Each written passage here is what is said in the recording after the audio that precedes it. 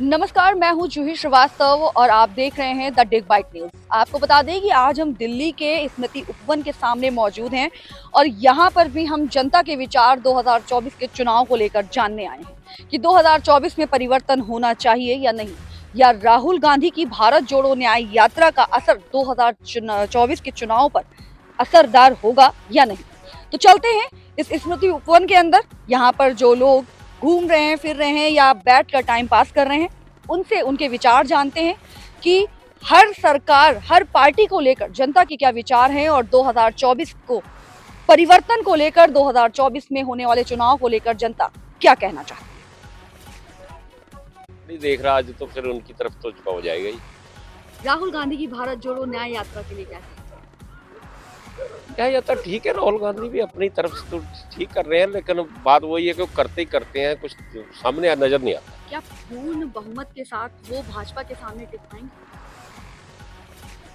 नहीं, पूर्ण नहीं टिक पाएंगे, नहीं।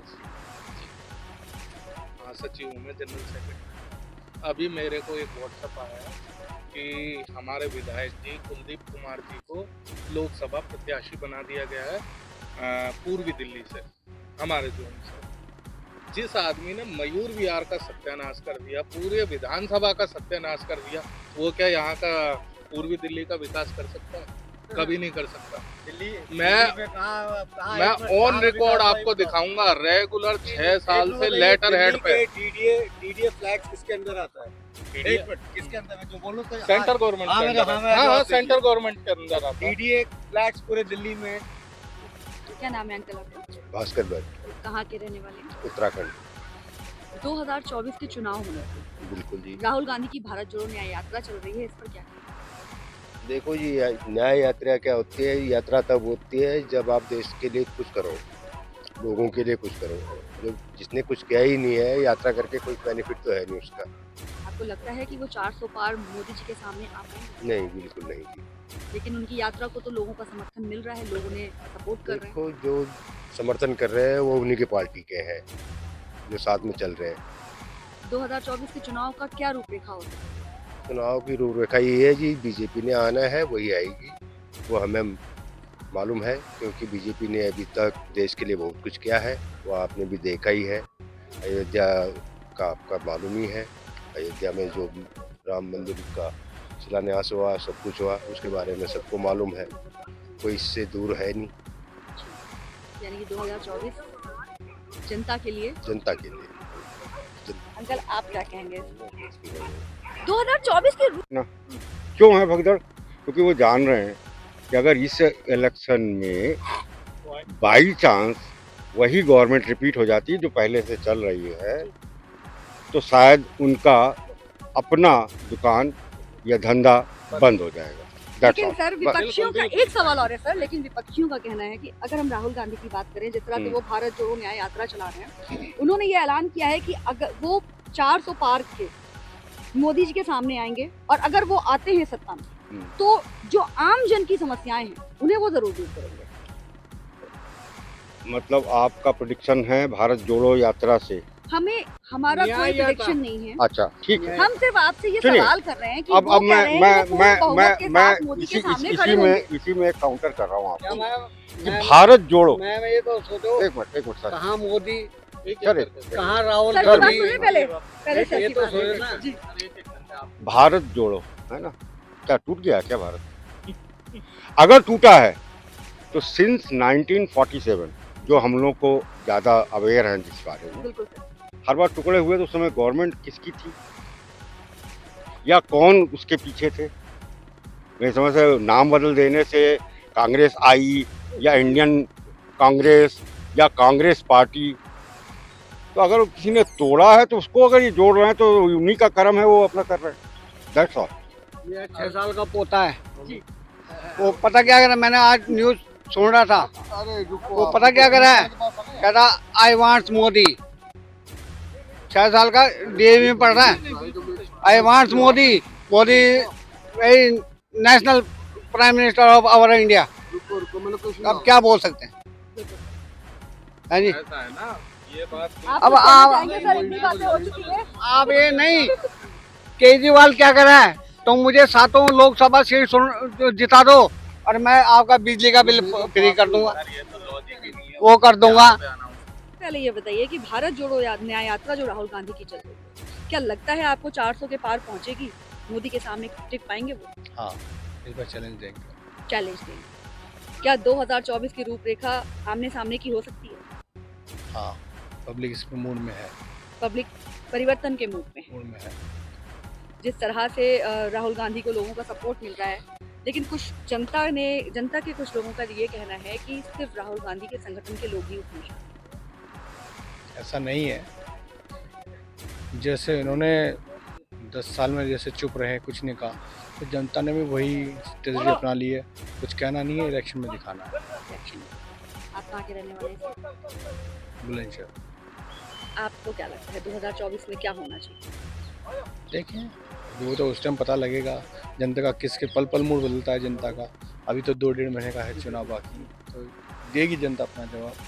तो जैसे उसमें कोई चेंजेस ना हो, कुछ ऐसा कुछ जैसे कि गवर्नमेंट कुछ ना कुछ ऐसा ले आएगी उस टाइम ऐसा, तो शायद उसके पक्ष पर जा सकती है। अगर ऐसे ही रहा तो फिर चेंजेस तो मिलेगा।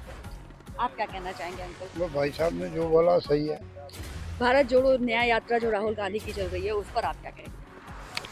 देखिए, यात्रा तो कब होती है ये चीज़ें, जब देश के अंदर युवा बेरोजगार जो समस्याएं ज़्यादा पैदा होती हैं, तभी इस तरह की योजनाएं चलती हैं। क्या परिवर्तन होना चाहिए? युवा बिल्कुल होना को चाहिए। एक बार मैदान में होना उतरना चाहिए, पक्का होना चाहिए। तो 2024 की रूपरेखा क्या होनी चाहिए? अब ये तो बड़े बड़े नेता जाने, ये तो एक आम पब्लिक का है, उसका भी बता दें ना। चेंज होना चाहिए। अब आपको सत्ता में एक ही आदमी बना रहेगा, लोकतंत्र का हिसाब का बिगड़ जाता है। रोजगार, आज की समस्या क्या है? रोजगार है, जी। स्वास्थ्य है, जी। एजुकेशन पूरा जो है डिस्टर्ब हो रहा है। जी। यही चीज़ है, यानी कि 2024 में परिवर्तन होना चाहिए पक्का। क्या कह रहे थे? मैं ये कह रहा था, ये पूरी जो दिल्ली है और दिल्ली के जितनी ज़मीन है वो डीडीए के पास है, और डीडीए है सेंट्रल गवर्नमेंट की एजेंसी, और इन्हीं का काम है पूरे दिल्ली को डेवलपमेंट करना। आज दिल्ली में कम से कम मैं शायद 2000 या 3000 अनऑथराइज कॉलोनी हैं। तो अगर ये 2-3 हज़ार अनऑथराइज कॉलोनी हैं तो ये किसी पार्टी ने तो बनाया नहीं, ये तो ये सेंट्रल गवर्नमेंट की वजह से ये हुआ है। तो अब अभी तो ये जो हुआ है तो ये कौन कर रहा है? सेंट्रल गवर्नमेंट ही तो कर रही है ना। एक मिनट, दूसरी बात, आप दिल्ली के डीडीए फ्लैट्स पे आ जाइए, जहाँ पे है सारे डीडीए फ्लैट्स में इंक्रोचमेंट है। मैं भी एक डीडीए फ्लैट का वासी हूँ, और मैं वैसे डीडीए फ्लैट का वासी हूँ जो डीडीए का सबसे बड़ा फ्लैट है, एसएफएस फ्लैट जिसको कहते हैं, सेल्फ फाइनेंसिंग स्कीम फ्लैट है। इससे बड़ा फ्लैट डीडीए का नहीं होता है। अच्छा, ये कहा जाता है कि एसएफएस फ्लैट में वो लोग रहते हैं जो पढ़े लिखे हैं, वो जो अच्छे लोग हैं, जो डिसिप्लिन में रहते हैं, ये करते हैं। लेकिन आप हमारे एसएफएस फ्लैट में आइए, मैं नंबर ये नहीं बताऊंगा कौन सा पॉकेट है, आप मयूर विहार के किसी भी एसएफएस फ्लैट में चले जाइए।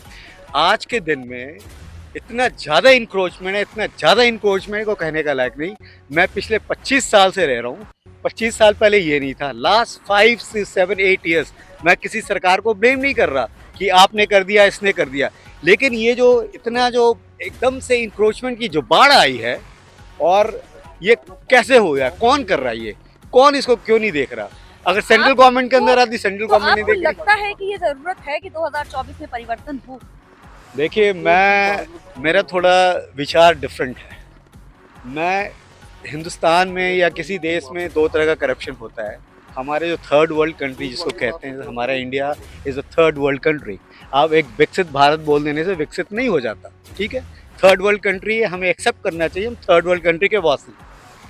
तो 2024 में क्या होगा तो मैं ये नहीं कह सकता, लेकिन मैं ये बता सकता हूँ, करप्शन 2 टाइप का होता है।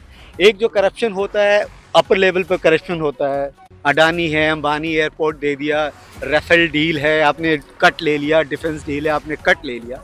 एक तो करप्शन वो है। दूसरा करप्शन वो होता है जो आम आदमी को इफेक्ट करता है। हमें अडानी ने क्या कर लिया, पोर्ट किसको दे दिया, हमें इससे कोई मतलब नहीं है। क्यों? क्योंकि उससे हम अफेक्टेड नहीं है। हम अफेक्टेड हैं डे टू डे लाइफ से।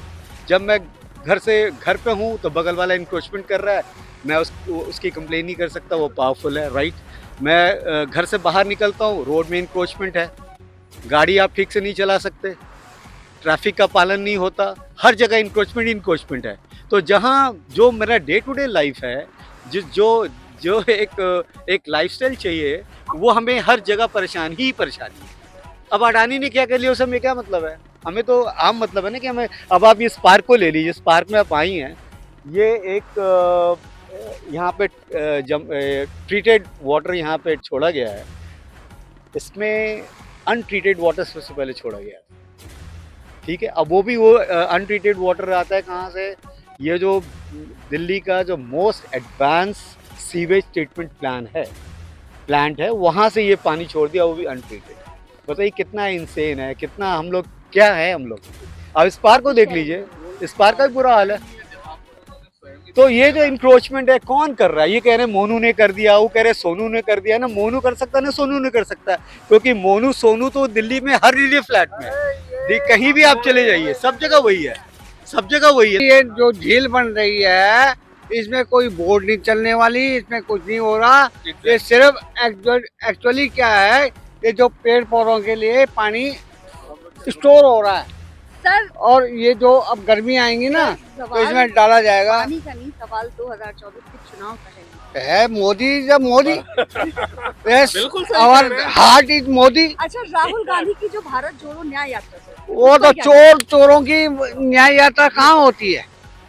राहुल गांधी का आपने भाषण सुना? लाखों सर, लोगों का सपोर्ट मिल रहा है। Ma'am please, I believe only one. आप मैं भी पूछ सकता हूँ आपसे क्वेश्चन कि राहुल गांधी का, अखिलेश यादव का और ये चोर केजरीवाल का आपने भाषण सुने? कोई भाषण सुनने लायक है? एक सेकंड जोड़ूंगा। अभी एक रिसेंटली नए स्कूल का उद्घाटन हुआ है। अब क्या कह रहा है? लोगों को गुमराह तो करने मुझे की साथ- टेक्निक देखो। जो स्कूल पहले से बना हुआ है, आप उसको दोबारा बोर्ड लगा के करो, नए स्कूल बना दिया। हम अंधे हैं क्या? आप यहीं पे रेड Public फॉक्स के पास अंधे जाके है। देख लो, Public हम अंधे अंधी है। थोड़ी ना। सेकंड भैया, सिर्फ गलत केजरीवाल की डायरेक्शन आंखें में खुली चले हैं, हमारा अरे सवाल सिर्फ ये था केजरीवाल, विकास क्यों नहीं बाकी हो रहा? पब्लिक अंधी है। मैं आपसे मतलब मैं केजरीवाल से पूछना चाह रहा हूँ, इस पानी का महत्व क्या है? ये जो झील बनाई है, क्या महत्व है इस पानी का? कोई महत्व नहीं। कुल मिला के भाई साहब का कहने का मतलब ये है कि इससे आम जनता या इस पार्क का क्या विकास हो सकता है, इस पानी से क्या लाभ हो सकता है। दूसरा, हमारा कहने का मतलब ये था, जैसे भाई साहब ने कहा एनक्रोचमेंट हुई है, हम भी मानते हैं डीडीए सेंटर गवर्नमेंट के अंडर आती है, बट जो क्लीनिंग डिपार्टमेंट है वो एमसीडी का। एक minute, DDA is not coming central government. DDA is the Delhi government. DDA is the Delhi government. Sir centre Delhi government development authority. बिल्कुल दिल्ली डेवलपमेंट अथॉरिटी है, but अच्छा, सेंट्रल और मैं आपको कुछ चीज़ें फैक्ट बता देता हूँ। बिल्कुल सर। पहले मैं क्वेश्चन आपको रिपीट करते सर, हैं। बेसिक हमारा क्वेश्चन क्या था? जो बेसिक क्वेश्चन है वो ये है कि क्या 2024 में परिवर्तन होना चाहिए? नहीं, मोदी आना चाहिए। देखिए, आपके पास ऑप्शंस क्या है? पहले तो आप इससे बिल्कुल एग्जैक्टली। सर, ठीक है। ऑप्शन की अगर आपने बात की सुनिए, है तो सुनिए। सवाल ये है, सुनिए। अब आपने क्वेश्चन किया ना, लेट ऑप्शन होना चाहिए। ऑप्शंस आपके पास बहुत लिमिटेड है, बिल्कुल। ठीक है। लिमिटेड में मतलब हमारे पास जो, अगर देखा जाए नेताओं की भीड़, जी। तो ऐसा क्या हुआ कि एक के अगेंस्ट 24 एक साथ लगे खड़े हो गए, तो इसके मतलब कहीं ना कहीं तो भगदड़